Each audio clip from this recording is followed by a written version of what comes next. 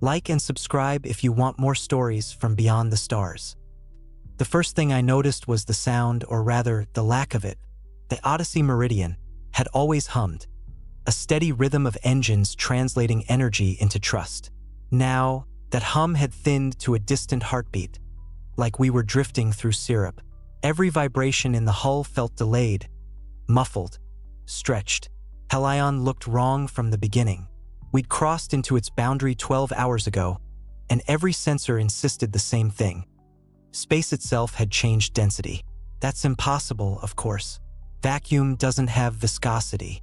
But the numbers didn't lie. Our thrust vectors were off, our inertial dampeners lagging behind actual movement by a fraction of a second.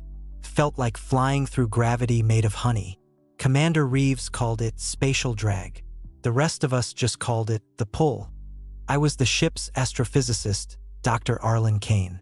My job was to explain the universe when it stopped making sense. Right now, I had no explanation, and Reeves hated when I didn't have one.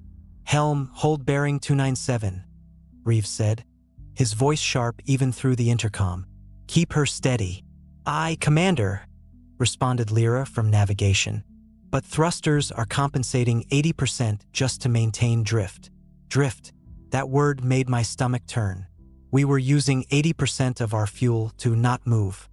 I unbuckled from my station, floating up toward the panoramic observation dome. Beyond it, the Helion expanse sprawled.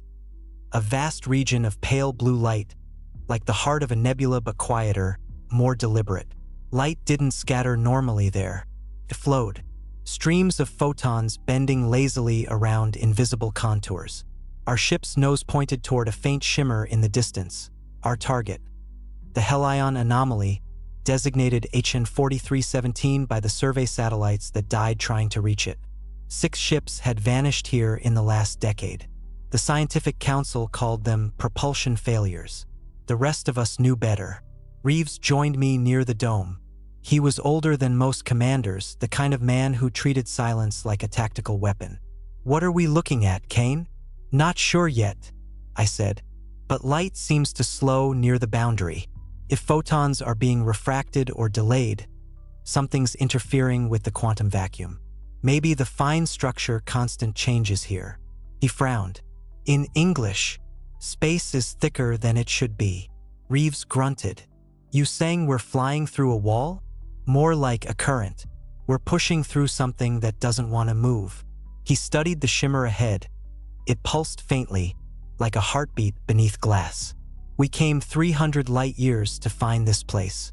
We're not turning back because of bad physics." That was Reeves. He'd volunteered for Helion when others refused, chasing legacy more than discovery. I understood him, though I hated that I did.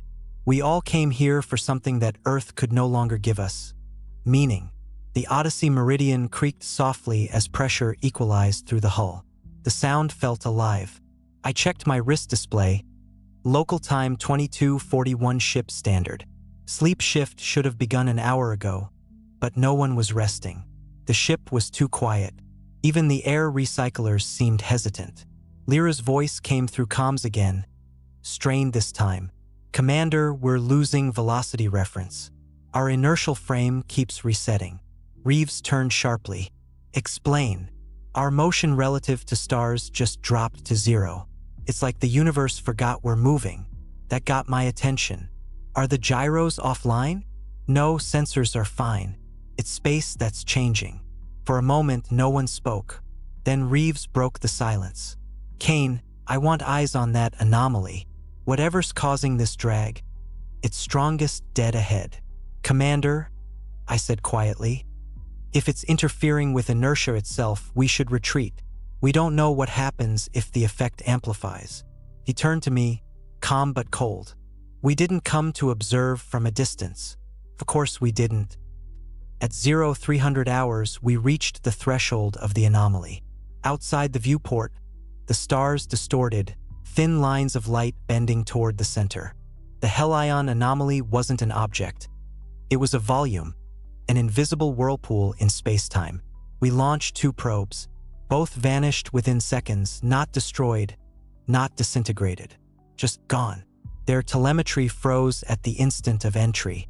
No signal decay, no explosion, no trace. I stared at the empty feed, my fingers trembling above the console. "They didn't fail," I murmured. "They're still transmitting, but time isn't moving for them." Reeves leaned over. "Say that again." "The signal's steady. There's no temporal drift," which means from their perspective, the clock stopped at 3 hours 7 minutes and 14 seconds. Reeves looked at me like I'd spoken in riddles. "So they're frozen?" "In a sense. They've entered a region where the local flow of time is near zero." He rubbed his jaw. "You're telling me that thing out there stops time. I'm saying it stops motion. Time and motion are linked." The commander paced the deck. "If we can measure it, we can map it. If we can map it, we can control it." His ambition always terrified me more than any anomaly could. Hours passed. We set up continuous sensor scans, but data came in slower and slower. It wasn't a system fault. Our instruments themselves were struggling to measure. I'd never seen that before. Measurements require change, and Helion was devouring change itself. By the next shift, the drag had intensified. Artificial gravity wavered. Sound carried oddly, distorted like underwater echoes. My footsteps felt heavy, but my body weight hadn't changed. It was as if the ship resisted movement, like it didn't want us walking too fast. Lyra confronted me in the mess hall, her face pale under the sterile light. "Arlen, what the hell is happening? The air feels thick." "It's not the air," I said. "It's the metric field. The space around us is compressing or slowing. Imagine trying to swim through oil." Her hand trembled as she gripped her mug. "Then we shouldn't be here." I didn't answer. Outside, the anomaly grew brighter. Faint silver waves rippling across black space. It wasn't emitting light, it was bending it. A perfect spherical distortion, the size of a moon. The first recorded instance of spatial viscosity. We'd named it Helion because early probes detected traces of plasma resonance. Like a sun that had gone still. A frozen star. I used to think nothing could freeze a star. At 1,100 hours, we lost the aft thrusters. The ship lurched violently, throwing me against a console. Warning lights pulsed red across the deck. "Status," Reeves shouted. "Thruster control unresponsive," Lyra reported. "Fuel pressure nominal, but vector outputs are inconsistent." Reeves turned to me. "Could the drag be interfering with plasma ignition?" "It shouldn't," I said, but my voice was hollow. "Unless the flow resistance extends to subatomic motion." He stared. "You mean it's slowing matter itself? Everything that moves?" I whispered. Reeves exhaled through his teeth. "Then we push harder." "Commander!" "Harder, Kane." He was insane. But orders were orders. We reignited main engines at 120% capacity. The Odyssey Meridian trembled like a living creature in pain. The hull sang, a low, metallic wail that vibrated through the bones. I'd heard metal fatigue before, but never like this. It was as if the ship was pleading dash. Outside, the shimmer ahead seemed closer. Only it wasn't. Sensors showed we'd barely moved an inch. Acceleration had dropped to near zero. "Power drain at critical," Lyra said, her voice shaking. "We're burning fuel for nothing." Reeves slammed a fist into the console. "Impossible. There has to be thrust." "There is," I said. "It's just going somewhere else." He turned slowly toward me. "Explain." I hesitated. "Commander, the conservation of energy might not apply here." Silence. Even the ship seemed to listen. "You're saying the universe just forgot the rules?" Reeves muttered. "Maybe not forgot," I said quietly. "Maybe rewritten." Sleep became impossible. My dreams, when I managed any, felt stretched, elastic. Minutes inside them lasted hours. I'd wake up drenched in sweat. The hum of the ship warped like it was echoing from a distance. By the third day inside Helion, our clocks desynchronized completely. Internal chronometers disagreed by several minutes. Subjective time no longer matched system time. It wasn't relativity, it was inconsistency itself. Reeves began recording personal logs, muttering to himself between orders. He'd always been composed, but the strain showed. Every second we stayed, our systems degraded faster, not physically but logically. The computers forgot previous states, as though reality was decaying in memory. I watched him one night through the reflection in the viewport. He wasn't looking at the anomaly. He was looking at our own reflection in it, the ship caught between two layers of distorted light. "You ever wonder," he said softly, "if we're the ones who've stopped moving and the universe just kept going?" I didn't answer. There was no right answer anymore. Day 6. The anomaly was now so bright it painted the decks in silver light. You couldn't look directly at it for long. Your eyes refused to focus, as if depth itself was uncertain. Reeves called a meeting in the main bay. The crew floated in silence, tethered to railings, their faces pale and drawn. No one ate much anymore. Hunger had become optional or maybe just forgotten. "The mission continues," Reeves began. "We'll deploy the Helios core. It'll push a quantum beacon into the anomaly. We'll record whatever data we can before retrieval." Lyra shook her head. Commandez, retrieval impossible. "We're barely holding position." "We're not here to hold position," Reeves said. "We're here to reach the center." His eyes found mine. "Kane, you built the core. Can it survive inside?" "Theoretically, yes," I said. "But there's no guarantee it'll transmit back." "There never is," he said. "Prepare for launch." The Helios core was a cylinder of reinforced carbon and gravitic shielding, designed to probe extreme gravity wells. Could survive a neutron star's magnetosphere, but I wasn't sure it could survive this. We released it from the cargo bay, watching as it drifted toward the shimmering sphere. Every sensor we had was locked onto it. At first, it moved normally. Then, as it neared the edge, it slowed and slowed until it simply stopped. It hung there, motionless, caught between movement and rest. Data feeds froze again, just like the earlier probes. But this time, we had visual. On the screen, the core flickered. Its shape distorted slightly, like a reflection bending on water. For a split second, it appeared to stretch inward, elongated toward something unseen. Then it vanished, not with a flash, not with an explosion, but a fade dash, as though erased from existence one atom at a time. Lyra gasped. "It's gone." Reeves' jaw tightened. "Telemetry. Flatline," I said. "Every channel frozen at the same timestamp." He stared at the screen, expression unreadable. "Then that's where we're going." I blinked. "What?" Reeves turned to face the crew. "We've confirmed stability at the boundary.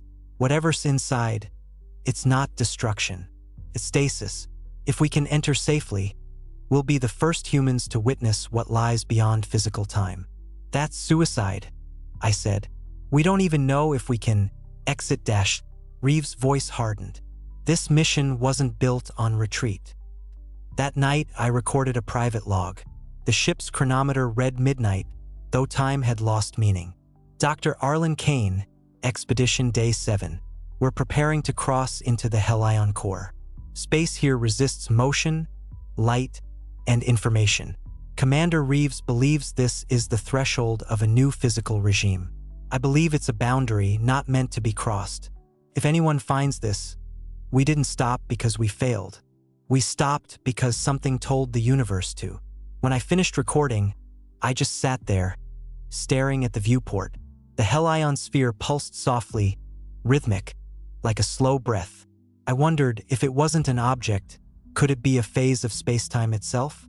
A boundary between states of existence?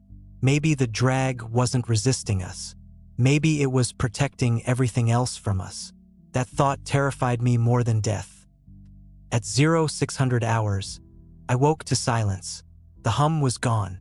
Every ship I'd ever been on had a heartbeat, a vibration through the walls, a whisper through the air. This was total quiet, the kind of silence that eats sound.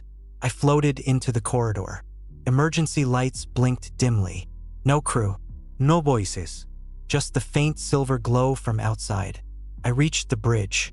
Reeves stood alone at the helm, staring into the shimmer. His reflection looked split, half light, half shadow. "They're gone," I said quietly. He didn't turn. No. "They're still here, just slower." My throat tightened. "You sent them ahead?" "They volunteered," he said. "You'll thank me when we cross." "Cross into what, Reeves? There's nothing in there." He looked at me then, eyes hollow but steady. "That's the point, Kane. Nothing is pure. Nothing doesn't age or decay or fail. Nothing might be the only thing left worth reaching." Before I could respond, the engines engaged.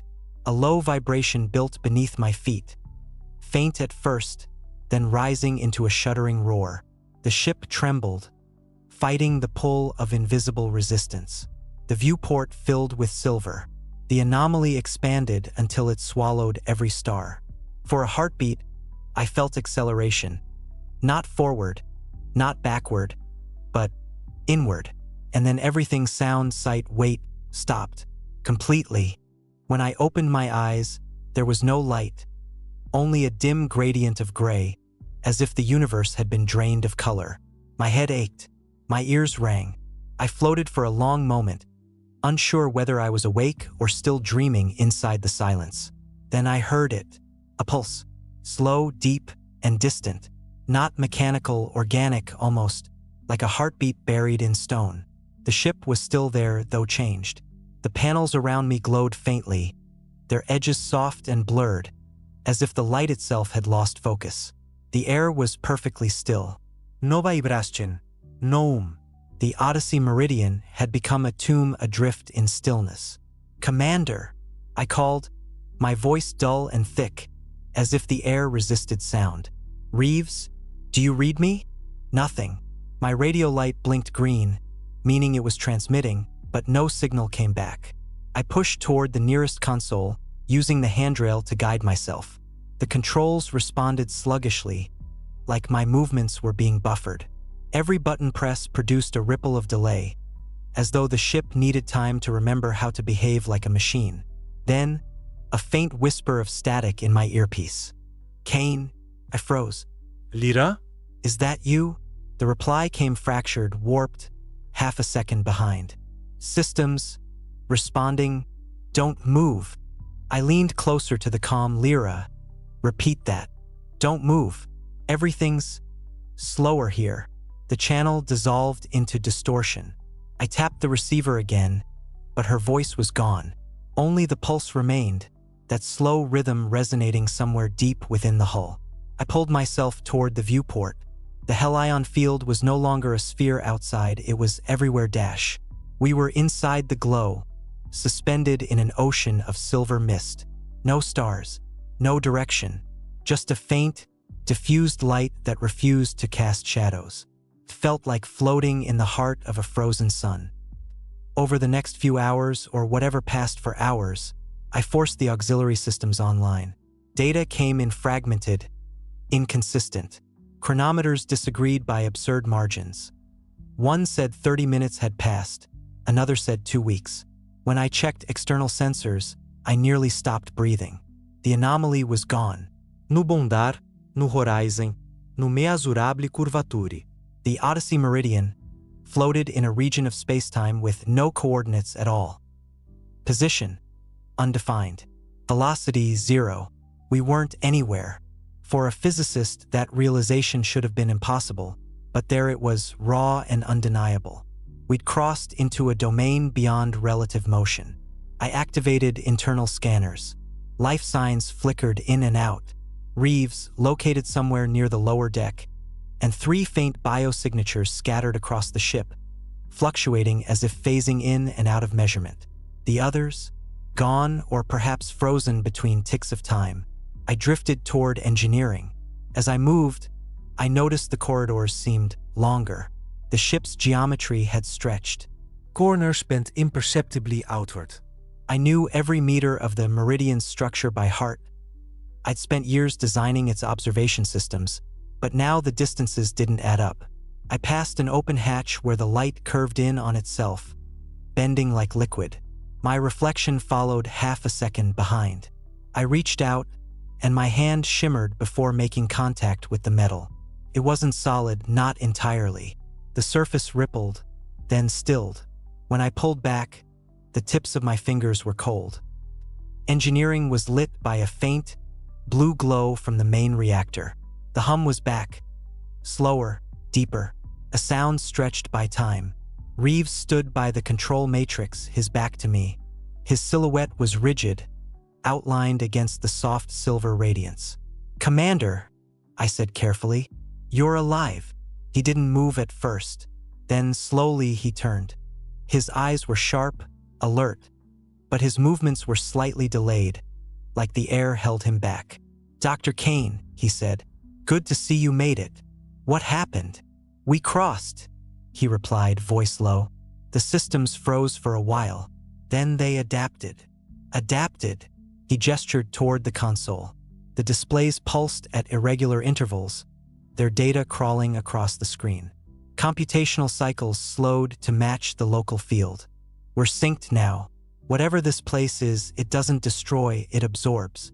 I stared at the readings. Power output stable. Reactor temperature normal. Fuel unchanged.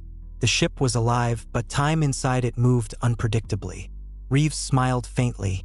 "We did it, Kane. We're inside the Helion core." "Inside what exactly?" "Something beyond spacetime. A region of constant metric tension." "Look!" He pointed at the external camera feed. It showed a faint structure. Not a solid object, but a lattice of light threads suspended in the void. They twisted slowly, forming vast concentric rings, like neural fibers spanning kilometers. "It's a field lattice," I whispered. "Not natural. Intelligent?" Reeves asked. "I don't know," I admitted.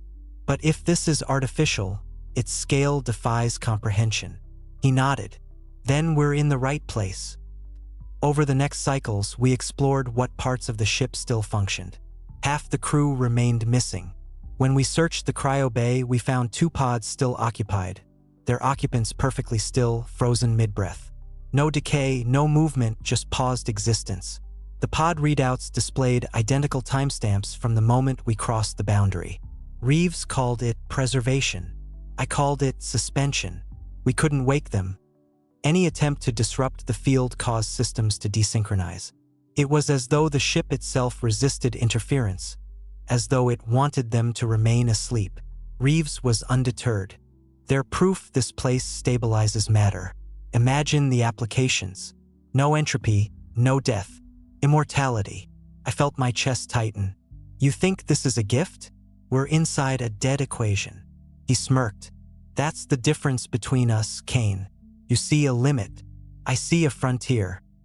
I spent what felt like days trying to reestablish communication with Lyra. Eventually, a weak signal broke through the interference. Her voice came thin and trembling. "Arlen, I can't move." "Where are you?" "Maintenance corridor. Everything's thick. When I push, space pushes back." I grabbed a handheld beacon and followed the signal. The corridors pulsed faintly, each bulkhead subtly shifting shape as if breathing. The further I went, the heavier the air felt. My limbs resisted motion. When I found her, she was half floating near a junction, eyes wide with exhaustion. Around her body, the light distorted, forming faint ripples like water around stone. "Don't," she whispered as I approached. "It's stronger near me." I extended my hand cautiously. The air between us shimmered. My glove resisted motion, slowing as it neared her shoulder. It was as if the field itself anchored her in place. Her voice cracked. "It's like space is holding me." I studied the readings on my wrist display. Local chronometer drifted nearly 10,000% relative to ship time. "You're inside a time pocket," I said softly. "You're moving, but your movement's stretched. Every second for you could be days for the ship." Her eyes filled with fear. "Arlen, please, get me out." I wanted to.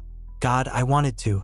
But any attempt to pull her free risked tearing her molecules apart across the temporal shear. "I'll find a way," I said. "Hold on." She gave a bitter laugh. "That's all I can do."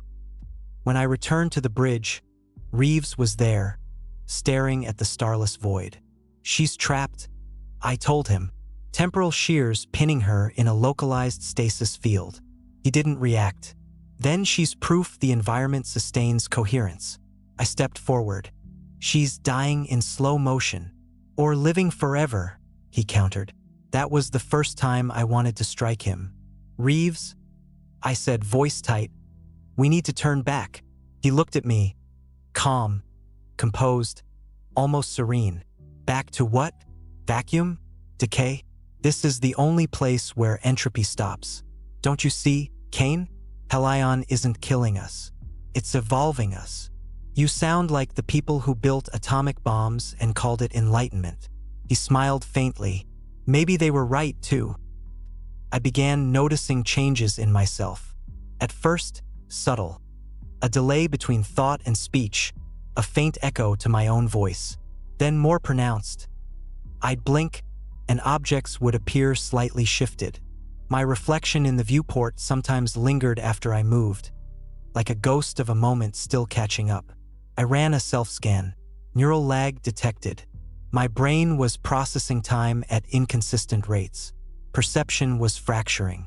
I didn't tell Reeves. He wouldn't care. On what I later realized was the 12th subjective day, the pulse in the hull intensified.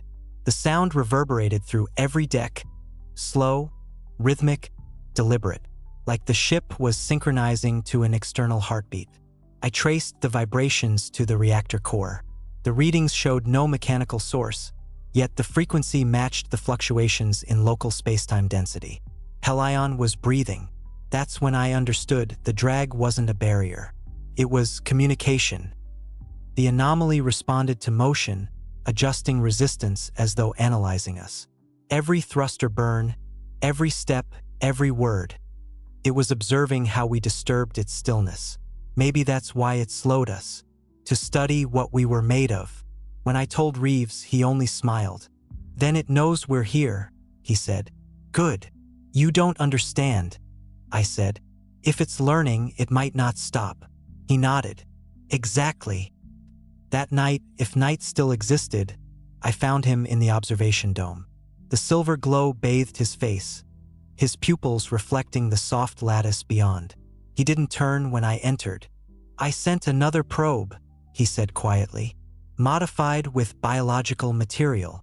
My stomach dropped. What kind of material? He looked over his shoulder. Tissue samples, neural strands, DNA fragments from the cryo crew. You used the frozen colonists? I whispered.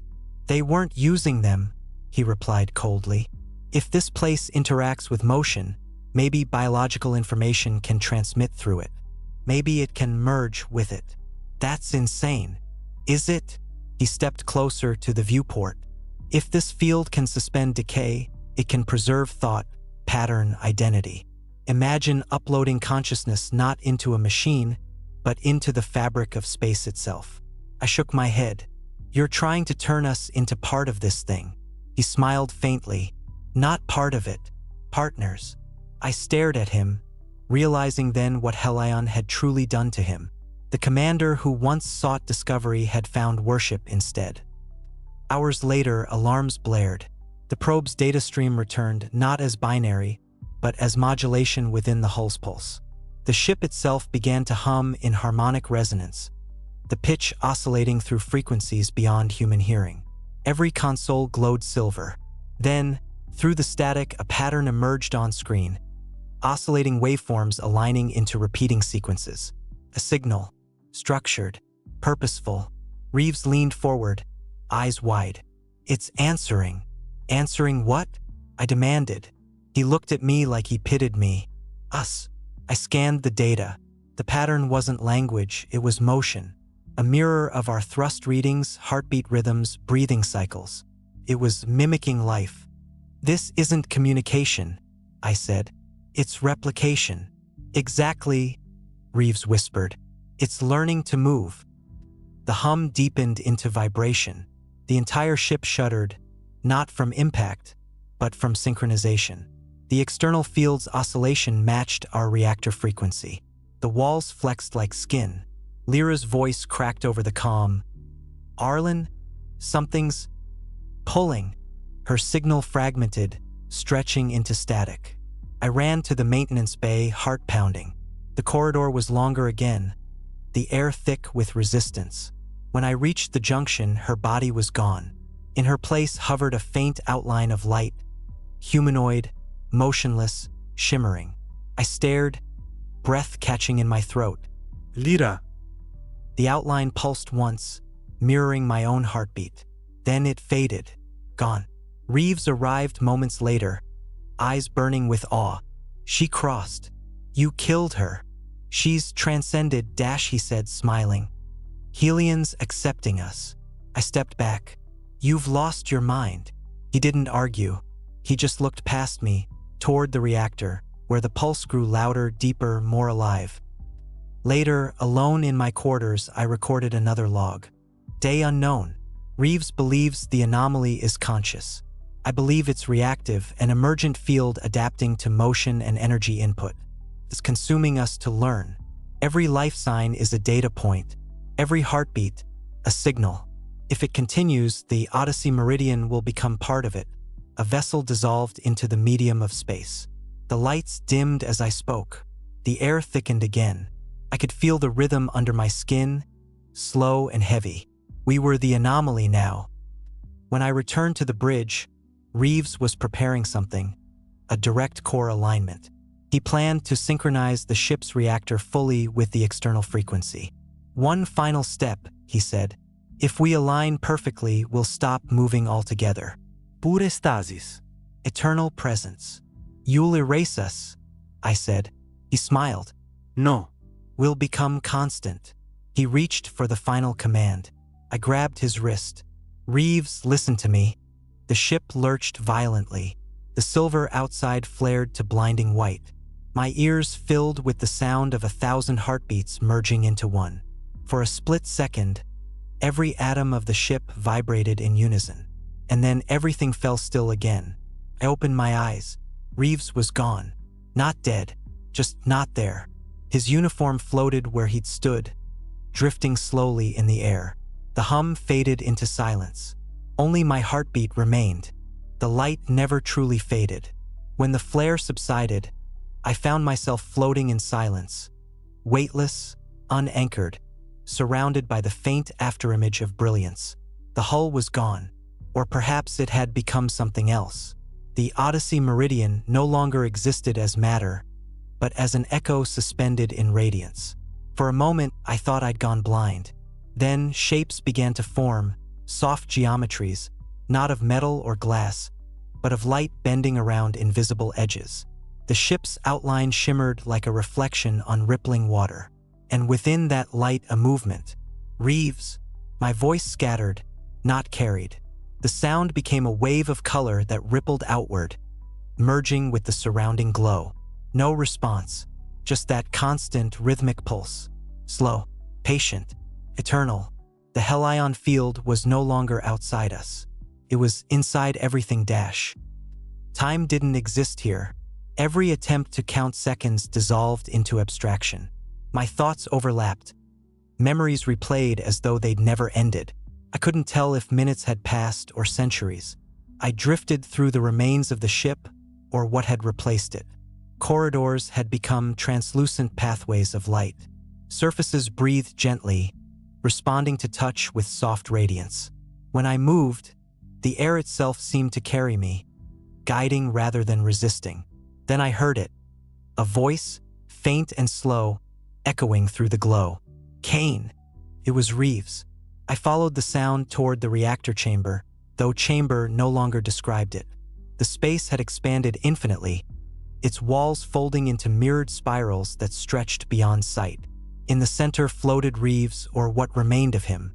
He was weightless, limbs extended, surrounded by threads of silver light that pulsed in rhythm with the field.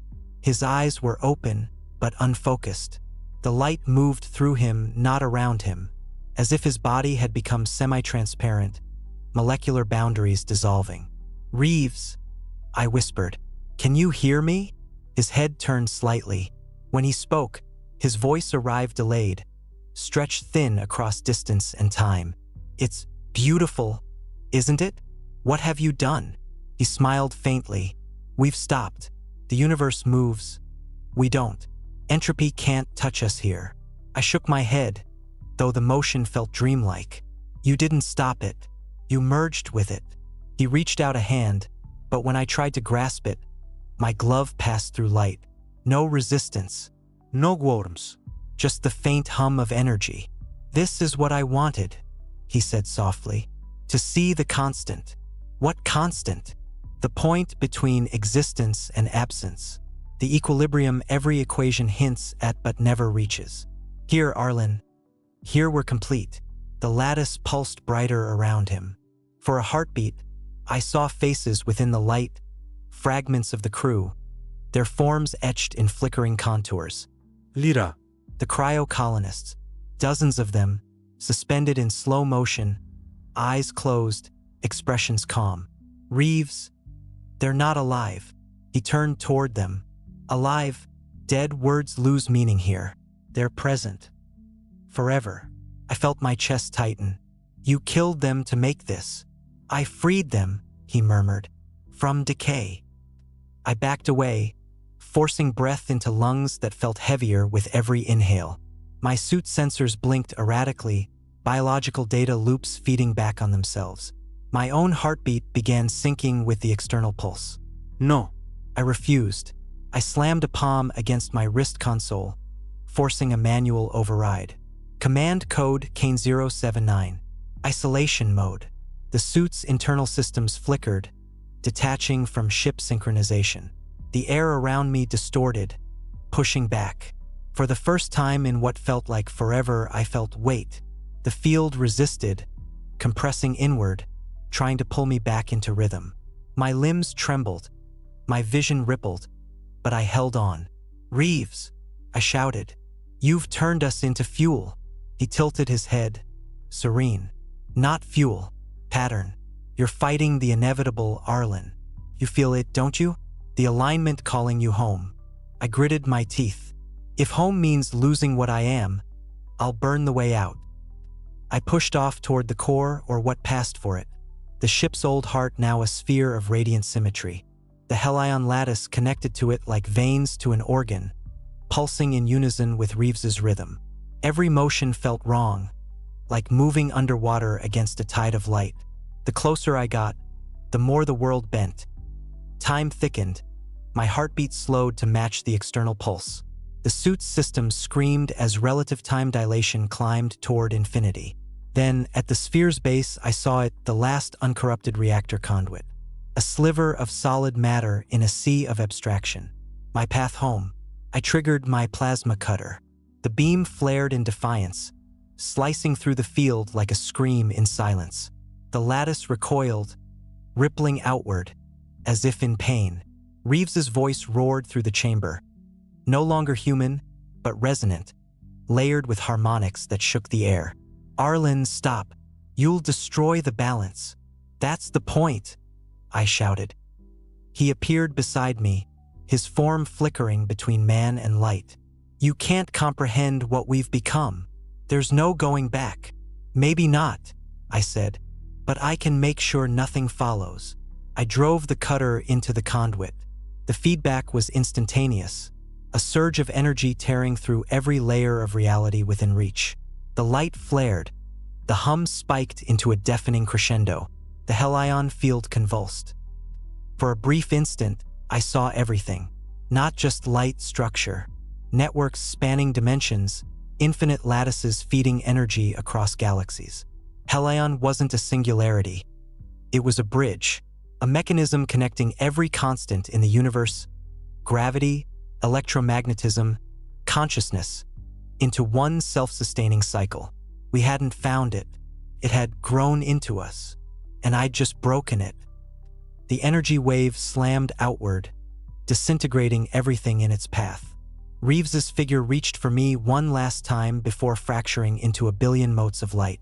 The ship dissolved. The lattice collapsed inward, folding like a dying star. Then, darkness. When I woke again, I was lying on cold metal. Real metal. The hum of the Odyssey Meridian's reactor filled the air, the familiar vibration I'd known my whole career. The glow from the panels was warm, golden, not silver. My limbs were heavy, gravity normal. I sat up slowly. The bridge looked untouched. Chronometers blinked synchronized time. Outside the viewport, stars shone, ordinary, beautiful stars. For a moment, I thought I'd escaped. Then I saw it. In the distance, just beyond the ship's nose, floated a faint shimmer. A thread of silver light, twisting gently in space. Pulsed once, matching my heartbeat. I stared at it, unable to move. The pulse grew louder in my chest. No. Not louder, closer. I checked the crew manifest. Everyone was gone. The cryo bay empty. No trace of Lyra. No trace of Reeves. Only one active biosignature registered aboard. Mine. And yet, in the static of the comm system, faint patterns pulsed, heartbeat intervals repeating at perfect rhythm. I tried shutting it off, but the signal persisted, embedded in the ship's systems. Every attempt to isolate it only duplicated the waveform, spreading it through more subsystems. Then a voice whispered softly through the static. "We're still here." I froze. "Reeves?" I asked. Silence. Then another pulse, slower, deliberate. My reflection in the viewport flickered, just for an instant, lagging behind me again. I leaned closer. My reflection smiled. I didn't. I recorded one final entry. Mission log, Dr. Arlen Kane. Date uncertain. We returned to real space. At least I think we did. The Hellion field persists not outside, but within. The ship hums with something alive. I hear them in the systems, Reeves, Lyra, all of them woven into the signal. Maybe Reeves was right. Maybe the constant isn't a place. Maybe it's a state. The moment you stop moving, but never stop being. The lights dimmed again. The hum deepened.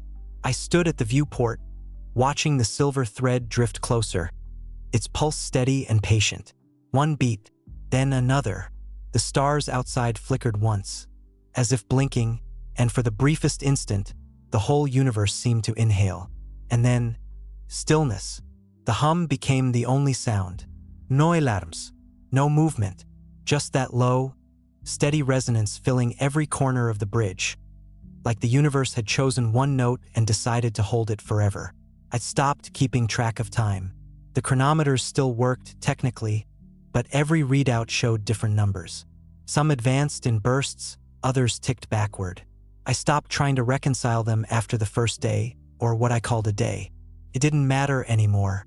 The Odyssey Meridian drifted through quiet, uncharted black, and the pulse kept following.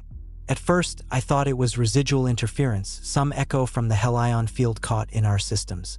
But it persisted, constant and precise. Every 22 seconds, the sensors picked up the same pattern. A single energy spike, faint but unmistakable, matching my heartbeat exactly.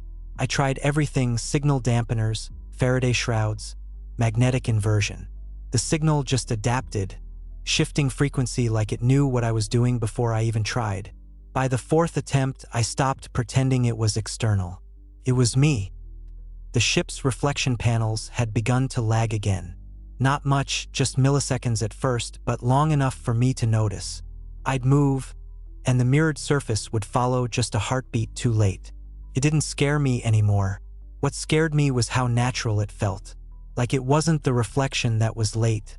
I was early. The more I thought about it, the less sense motion made. Every step forward felt like it rippled backward through time. Every breath echoed before I exhaled. The Hellion constant wasn't gone.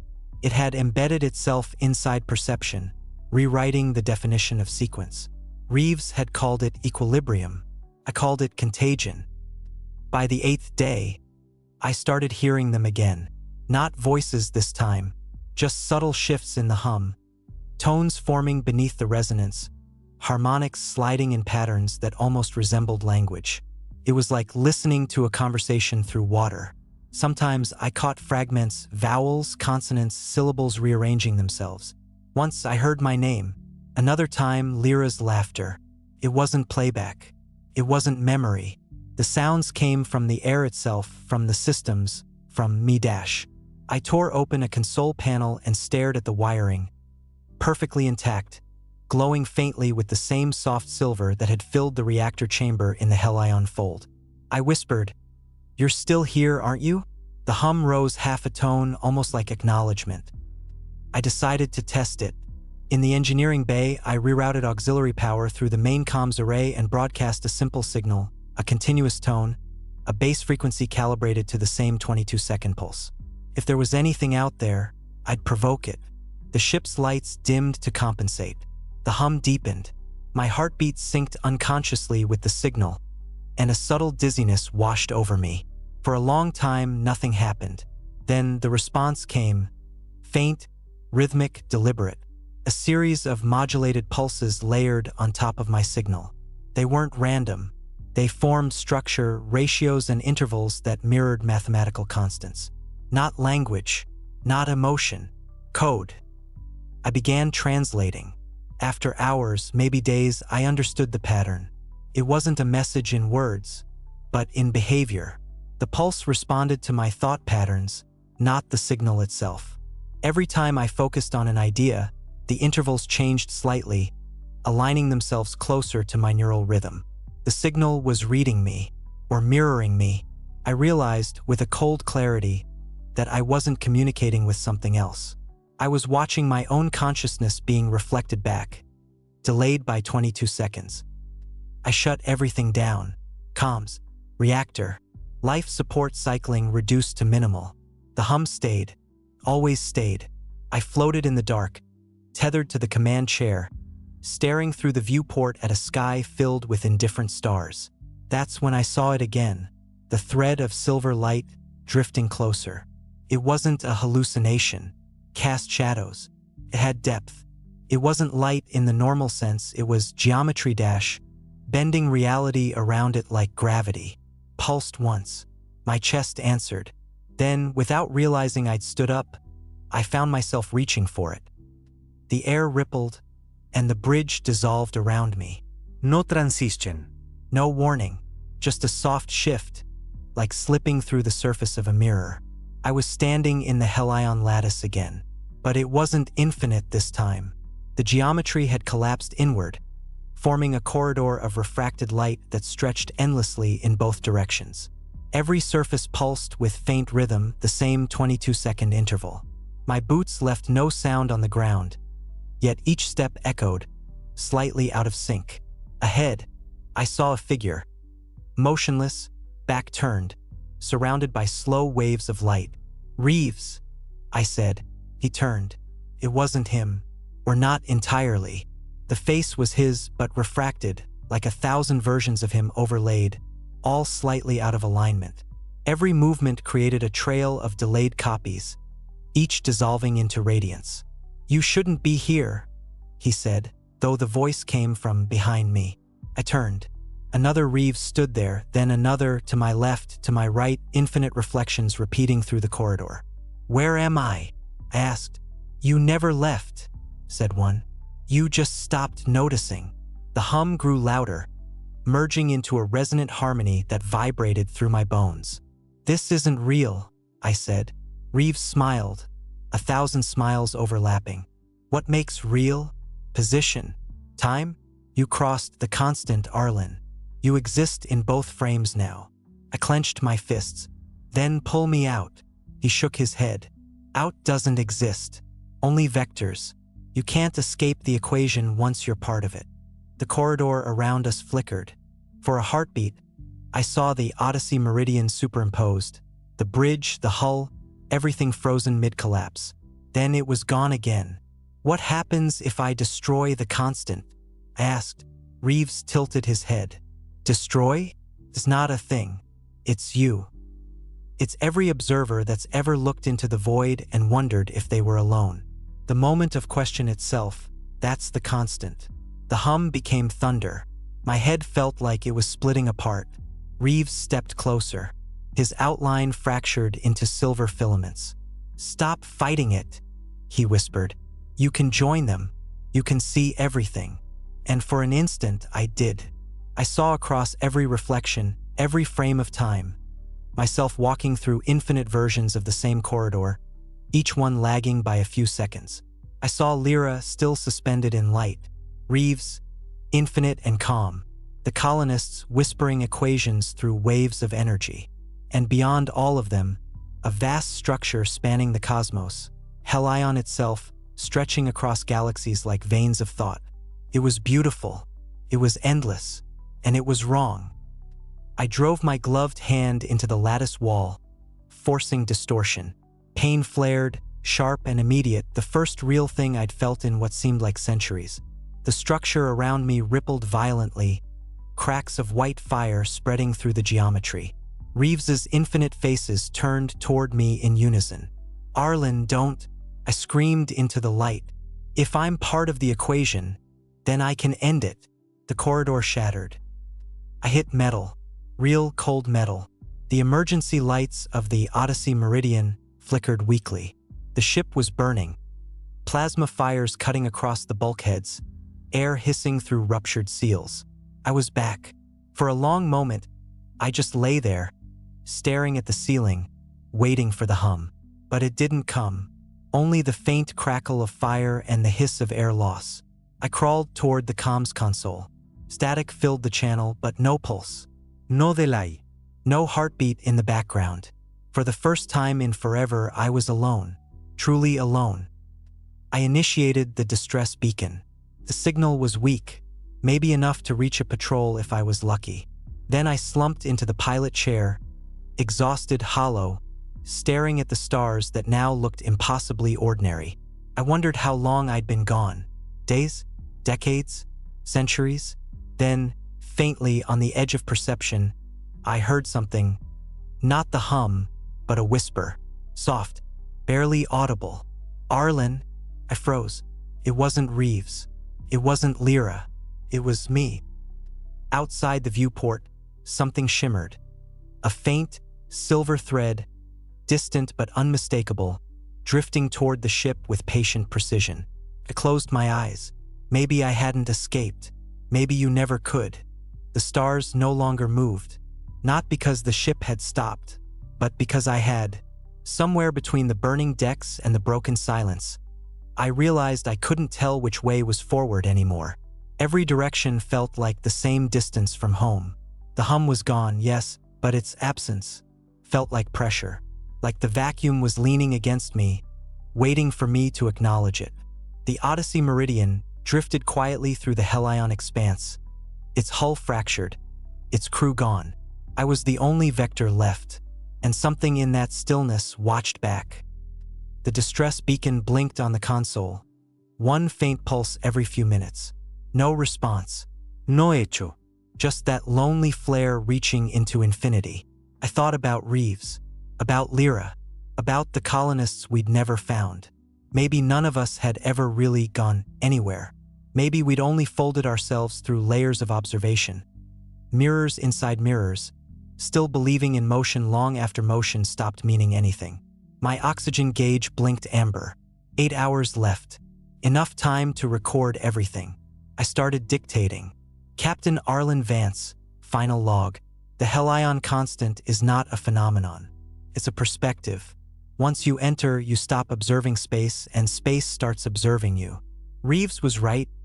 Equilibrium isn't balance. It's surrender. Every measurement becomes self-reference until there's nothing left to measure. I paused. The mic hummed faintly, like it was breathing with me. If anyone finds this, don't go looking for the Helion expanse. Don't map it. Don't name it. It's not a place. It's a decision. Dash. The recorder clicked off on its own. Hours passed, or maybe seconds. Somewhere outside, the stars began to distort again, bending slightly around the ship's silhouette. Not violently, not like before. More like a ripple spreading through liquid glass. Then, in the viewport, something shimmered, a reflection that didn't belong. At first I thought it was the cracked transparency distorting the light. But when I leaned closer, I saw it clearly. Another ship, just beyond visual range. Its hull was identical. Every burn mark, every broken panel. The same registry number painted along the side. Odyssey Meridian. It floated there, half in shadow, half illuminated by faint silver luminescence. The same shade as the Helion lattice. I opened comms instinctively. Unidentified vessel, this is Captain Arlen Vance. Respond. No reply. Then movement. The other ship's bridge lights flickered on. Through the fractured glass, I saw a figure. Sitting. Watching. Me. Every motion it made, I matched, or maybe it matched me. I raised my hand. So did he. Perfectly synchronized.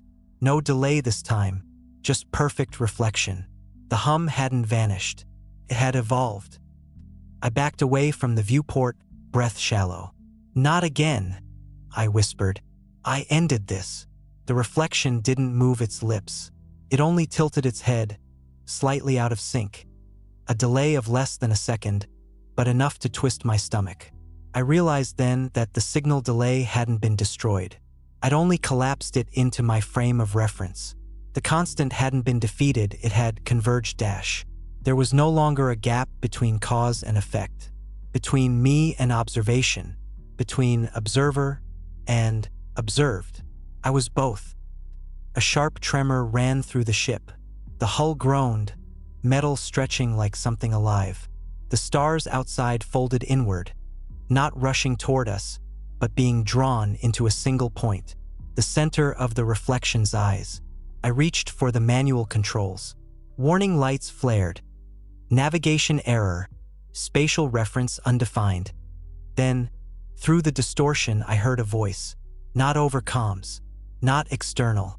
Inside. Return vector aligned. It was my own voice. The reflection moved again. Standing up now, hand pressed to the inside of its own viewport. I did the same. The surface between us shimmered, no longer glass, but liquid light. I could see every detail. The burns on his sleeve, the blood on his knuckles, the faint flicker in his pupils. I smiled. Observation complete, he said, the bridge filled with white. When vision returned, I wasn't on the Odyssey Meridian dash. I was standing on a planet, or something like one.